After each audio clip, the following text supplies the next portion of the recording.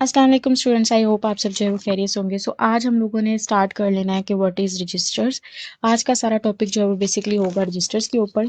सबसे पहले रजिस्टर्स को पढ़ाने से पहले मैं आपको बता दूं कि रजिस्टर जो है वो स्मॉल मेमोरी आप इसको कह लें, टेम्परेरी डाटा स्टोर करते हैं, ठीक है।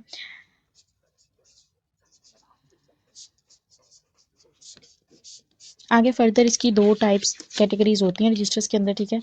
स्पेशल पर्पज़ होते हैं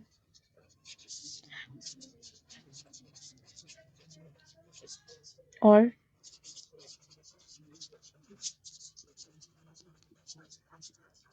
ये जो रजिस्टर्स की टाइप होती हैं, लाइक रजिस्टर जो है तो स्पेशल पर्पस रजिस्टर्स हो सकते हैं, इसके अलावा जर्नल पर्पस रजिस्टर्स होते हैं। दो तरह की कैटेगरीज होती हैं हमारे पास कंप्यूटर के अंदर रजिस्टर्स की। आगे इन कैटेगरीज की फर्दर जो है वो डिफरेंट टाइप्स ऑफ रजिस्टर्स होती हैं जो कि हम लोग इस्तेमाल करते हैं। अब रजिस्टर्स होते क्या है? रजिस्टर्स बेसिकली होती है स्मॉल मेमोरी होती है, जैसे कि आपके बुक में भी लिखा होता है small but high speed memory होती है कंप्यूटर के अंदर। और ये कौन सी मेमोरी होगी? टेम्परेरी मेमोरी होगी, ठीक है। टेम्परेरी इंस्ट्रक्शंस को रखती है ये। इसके अलावा रजिस्टर्स की अगर कंप्यूटर के अंदर या एक सीपीयू के अंदर अगर रजिस्टर्स अटैच हैं, उनका साइज़ जितना ज़्यादा होगा सीपीयू की परफॉर्मेंस उतनी ही इंक्रीज़ हो जाएगी, ठीक है। इसके अलावा जो है हमारे पास एक रजिस्टर जो होता है वो क्या करता है, सीपीयू के अंदर काफ़ी ज़्यादा रजिस्टर्स अटैच होते हैं और इनका साइज़ 1248 बाइट्स के अंदर जो है वो इनका साइज़ होता है। टिपिकली अगर देखा जाए तो एक रजिस्टर एक बाइट को स्टोर कर सकता है, इससे ज़्यादा भी हो सकते हैं, जैसे कि यहाँ पे लिखा हुआ register can be 1284 bytes. Different bytes के अंदर जो है वो रजिस्टर्स हमारे पास आते हैं, ठीक है। यहाँ तक जी हमारा हो गया।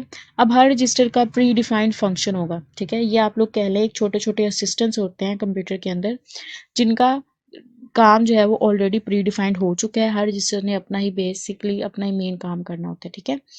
आगे जी हमारे पास आते हैं जी स्पेशल पर्पस रजिस्टर्स को पहले डिस्कस कर लेते हैं। हमारे पास आता है पहला स्पेशल पर्पस रजिस्टर होता है, वो होता है हमारे पास प्रोग्राम काउंटर रजिस्टर। अब जैसे कि इसका टास्क है, देख लें इसका काम क्या होगा।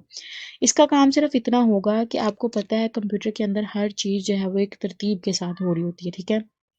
वन बाय वन इंस्ट्रक्शन जो है वो एग्जीक्यूट होती हैं और वन बाय वन जो है वो इंस्ट्रक्शन जो है वो क्या होती हैं, चलती हैं। अब प्रोग्राम काउंटर रजिस्टर जो होता है हमारे पास पीसी रजिस्टर इसको हम लोग बोलते हैं, या प्रोग्राम काउंटर आप इसको बोल लें। प्रोग्राम काउंटर इंस्ट्रक्शन ने रजिस्टर ने क्या करना होता है, इस रजिस्टर ने हमेशा एड्रेस रखना होता है। किस चीज़ का एड्रेस इसने करना है? अच्छा जी, प्रोग्राम काउंटर रजिस्टर ने क्या करना था, होल्ड करता है address of the next instruction. जैसे कि आपको पता है कंप्यूटर में वन बाय वन करके सारी इंस्ट्रक्शन जो है वो एग्जीक्यूट हो रही होती है। पहले वन हो गई, फिर टू होगी, टू के बाद थ्री होगी, इस तरह जो है वो इंस्ट्रक्शन होती हैं। अब जो इंस्ट्रक्शन नंबर टू है इसका एड्रेस प्रोग्राम काउंटर में रख दिया जाएगा जब इंस्ट्रक्शन वन को जो है वो एग्जीक्यूट किया जा रहा होगा कि इंस्ट्रक्शन वन के बाद टू चलनी चाहिए। अब अगर मैंने इंस्ट्रक्शन टू जो है वो एग्जीक्यूट कर ली है तो प्रोग्राम काउंटर के अंदर फिर किसका एड्रेस आ जाएगा, थ्री का, कि टू के बाद अब नेक्स्ट इंस्ट्रक्शन कौन सी होनी चाहिए, थ्री होनी चाहिए। तो ये बेसिकली प्रोग्राम काउंटर का काम होता है कि सीपीयू को पहले से ही जो है वो पता चल जाता है कि नेक्स्ट इंस्ट्रक्शन उसने कौन सी एग्जीक्यूट करनी है, क्योंकि जोन सा एड्रेस प्रोग्राम काउंटर के अंदर पड़ा होगा सीपीयू ने ऑटोमेटिकली उसी जो है वो इंस्ट्रक्शन को नेक्स्ट एग्जीक्यूट करना होगा, ठीक है। आगे जी इसके अलावा क्या है, इसके अंदर आ जाता है program counter is use to store rest of the next instruction to be fetched और एग्जीक्यूट। फेच का मतलब होता है इंस्ट्रक्शन लेना, ठीक है। When the instruction is fetch the value of the program counter is incremented. Like अगर एक इंस्ट्रक्शन एग्जीक्यूट हो गई, उसको फेच कर लिया गया, मेमोरी में से एक इंस्ट्रक्शन निकाल ली गई, उसको मैं चलाना स्टार्ट कर दिया है, तो नेक्स्ट वाली जो है वो प्रोग्राम काउंटर की वैल्यू खुद ब खुद इंक्रीमेंट हो जाएगी, यानी कि नेक्स्ट एड्रेस उसके अंदर आ जाएगा। एक जैसे कह लें आप लोग पॉइंट आउट होना स्टार्ट हो जाता है कि जी अब नेक्स्ट इंस्ट्रक्शन की बारी, कौन सी इंस्ट्रक्शन की बारी होगी, उसका एड्रेस प्रोग्राम काउंटर के अंदर हो जाएगा। इसके अलावा जी हमारे पास आ जाता है व्हाट इज इंस्ट्रक्शन रजिस्टर। जैसे कि प्रोग्राम काउंटर जो है वो उस इंस्ट्रक्शन का एड्रेस रखता है जो कि नेक्स्ट चलने वाली होती है। जो हमारे पास इंस्ट्रक्शन रजिस्टर होगा इसने क्या करना है, जो इंस्ट्रक्शन फेच की गई है, ठीक है, ये तो एड्रेस रख रहा है ना नेक्स्ट इंस्ट्रक्शन का। इधर क्या होता है, जो इंस्ट्रक्शन फेच की गई है इसने उस इंस्ट्रक्शन को रखना होता है, ठीक है। उसके बाद हमारे पास आ जाता है मेमोरी एड्रेस रजिस्टर। अब जोन सी इंस्ट्रक्शन अभी फिलहाल चल रही है उसका एड्रेस मेमोरी एड्रेस रजिस्टर में होगा, जोन सी चलने वाली होगी उसका एड्रेस प्रोग्राम काउंटर में होगा, और जो इंस्ट्रक्शन एग्जीक्यूट हो रही होगी वो इंस्ट्रक्शन इंस्ट्रक्शन रजिस्टर के अंदर पड़ी होगी। तो ये तीनों मिलकर जो है वो एक साथ जो है वो काम कर रहे हैं, ठीक है। एमएआर इसको बोला जाता है, memory address register is use to store memory address उसके बाद जी हमारे पास आ जाता है मेमोरी बफर रजिस्टर। ये एक मिसाल का आप लोग कह लें गेट होता है, जिसमें हर उस चीज़ की बारे में इंफॉर्मेशन रखनी है जो मेमोरी के अंदर जा रही है या मेमोरी में से बाहर हम लोग ले रहे हैं, ठीक है। या मेमोरी में से अगर हम फैच कर रहे हैं कोई चीज़, तो उसका भी इसने मेमोरी बफर रजिस्टर ने हो जो है वो आप लोग कह लें इंफॉर्मेशन उसकी भी रखनी होती है। अगर आप मेमोरी में कोई चीज़ सेव करवा रहे हैं तो वो भी मेमोरी बफर रजिस्टर ने रखना होता है उसकी इन्फॉर्मेशन। आगे जी हमारे पास आ जाता है stack pointer register. A stack is a set of memory location in which data is stored and retrieved in an order. Stack basically एक आप लोग कह लें एक ऑर्डर होता है, एक तरीका होता है किसी भी चीज़ को सेव करने का। और ये तरीका ये कहता है कि जो चीज़ आप पहले सेव करवाओगे वो फर्स्टली ही आप एग्जीक्यूट करवाएंगे। इसकी एग्जांपल आप ऐसे ले लें कि आप जो है वो एक रो के अंदर खड़े हैं, ठीक है। जो इंसान सबसे पहले लास्ट इन फर्स्ट आउट।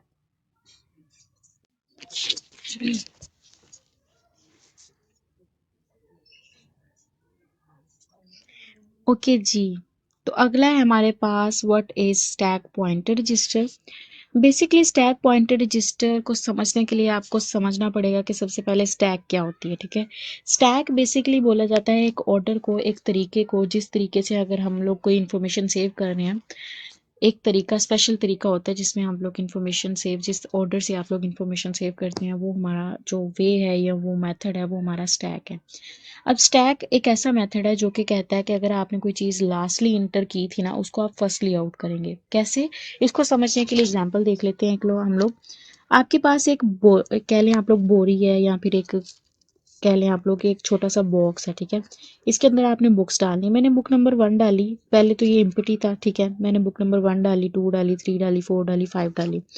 अब आप इसको दोबारा से इस बॉक्स को खाली करना चाहते हैं, तो आप क्या करोगे, बुक नंबर 5 पहले निकालेंगे। हालांकि ये मैंने सबसे एंड पे इंटर की है, लेकिन मैं इसको निकालूंगी कैसे, पहले निकालूंगी। फिर आप बुक 4 निकालेंगे, फिर 3, फिर 2 एंड फिर 1, तब आपका ये बॉक्स खाली होगा। तो स्टैक इस ऑर्डर को कहते हैं जिसमें जो चीज़ आपने लास्टली इंटर की थी वो आप पहले आउट करवाएंगे। तो इस तरह के ऑर्डर्स को हैंडल करने के लिए मेमोरी के अंदर इस तरह के ऑर्डर्स को हैंडल करने के लिए एक रजिस्टर बनाया गया जिसका नाम है स्टैक पॉइंटर रजिस्टर। अब स्टैक पॉइंटर रजिस्टर क्या करता है, स्टैक्स को बनाने में, उनको एम्प्टी करने में, डाटा को रिट्राइव करने में, डाटा को इंटर करने में हेल्प करता है हमारी, ठीक है।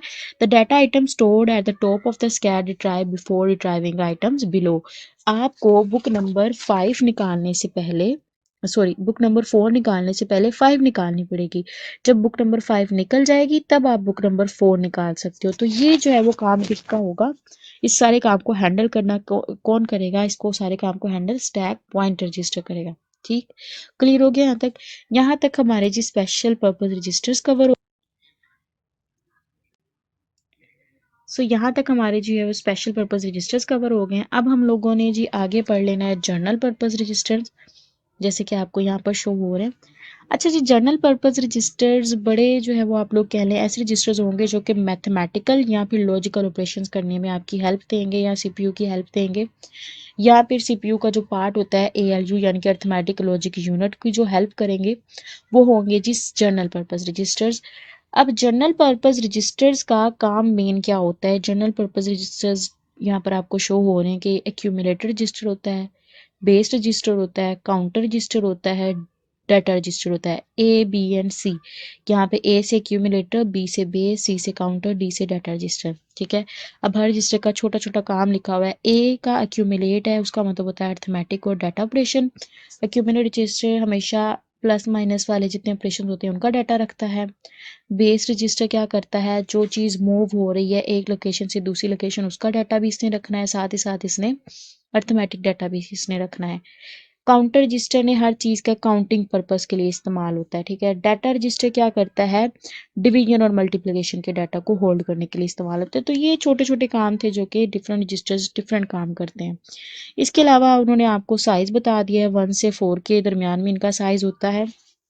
बेसिकली इनको ए एक्स बी एक्स सी एक्स रजिस्टर्स बोला जाता है, ठीक है। 8 बिट इनका साइज यानी कि 1 बाइट हो सकता है इसके, ठीक है।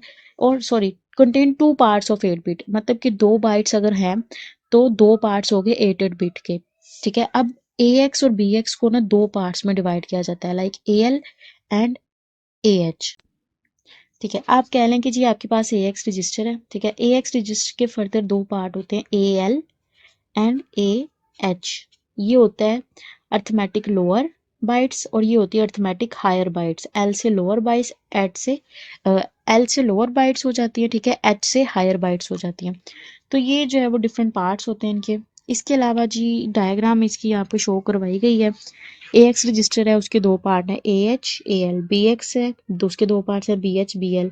इसी तरह सी एक्स सी और डी एक्स। साथ ही साथ ये कुछ और जनरल पर्पज रजिस्टर बताए गए जो आपकी बुक में एक्सप्लेन नहीं है। फिलहाल ये चार हैं, ये चार आप लोगों ने डिटेल से कर लेने हैं, ठीक है। इसके बाद जी हमारा रजिस्टर्स वाला तो ख़त्म हो जाता है। इसके बाद हमारे पास रजिस्टर्स की एक उन्होंने और फर्दर आपको कुछ रजिस्टर्स डिफाइन करके दिए हुए हैं जिनको हम लोग बोलते हैं एड्रेस या फिर सेगमेंट रजिस्टर इनको बोला जाता है। अब segment is a block of memory. Segment क्या होती है, कोई भी एक ब्लॉक ऑफ मेमोरी हो सकता है। अ रजिस्टर एड्रेस और segment register are use to store the address of the memory blocks of the instruction being executed. Basically जितने भी एड्रेस या सेगमेंट रजिस्टर्स होते हैं ना, उनका काम होता है मेमोरी ब्लॉक्स के एड्रेसेस को सेव करना। और चार टोटल हमारे पास रजिस्टर्स होते हैं, code segment register, data segment register, extra segment register, stack segment registers, ठीक है। ये चार हमारे पास सेगमेंट रजिस्टर्स होते हैं। कोड सेगमेंट रजिस्टर ने क्या करना होता है, लोकेशन सेव करनी होती है जहां पर इंस्ट्रक्शन एग्जीक्यूट होगी। डाटा सेगमेंट रजिस्टर ने क्या करनी होती है, इसने वो बेस लोकेशन सेव करनी होती है मेमोरी वेरिएबल्स की। जितने भी वेरिएबल्स मेमोरी के अंदर बनते जाएंगे उनकी लोकेशन ये सेव करेगा। इसके अलावा जी एक्स्ट्रा सेगमेंट रजिस्टर ने एडिशनल लोकेशन, अगर किसी मेमोरी को चाहिए, किसी इंस्ट्रक्शन को अगर एक्स्ट्रा स्पेस चाहिए तो वो एक्स्ट्रा सेगमेंट रजिस्टर प्रोवाइड करेगा। इसके अलावा स्टैक रजिस्टर का या स्टैक सेगमेंट रजिस्टर का काम जो है वो स्टैक पॉइंटर रजिस्टर के साथ रेलिवेंट होता है। इसने हमेशा वो लोकेशन सेव करनी होती है जहाँ पर किसी प्रोग्राम में स्टैक क्रिएट हुई है, तो इसने इसकी लोकेशन जो है वो सेव करनी होती है। तो यहाँ तक हमारा जो है वो रजिस्टर्स कवर हो गए हैं। सो ये डिटेल में आप लोगों ने देख लेना क्योंकि इंपॉर्टेंट टॉपिक होता है, एज लॉन्ग एज शॉर्ट दोनों के हिसाब से होता है। सो इसको डिटेल से आप लोग देख लीजिएगा, एमसीक्यूज में भी आ सकते हैं। और इसी के साथ नेक्स्ट मिलेंगे अगली वीडियो में, तब तक के लिए अल्लाह हाफिज़ और अपना ध्यान रखें।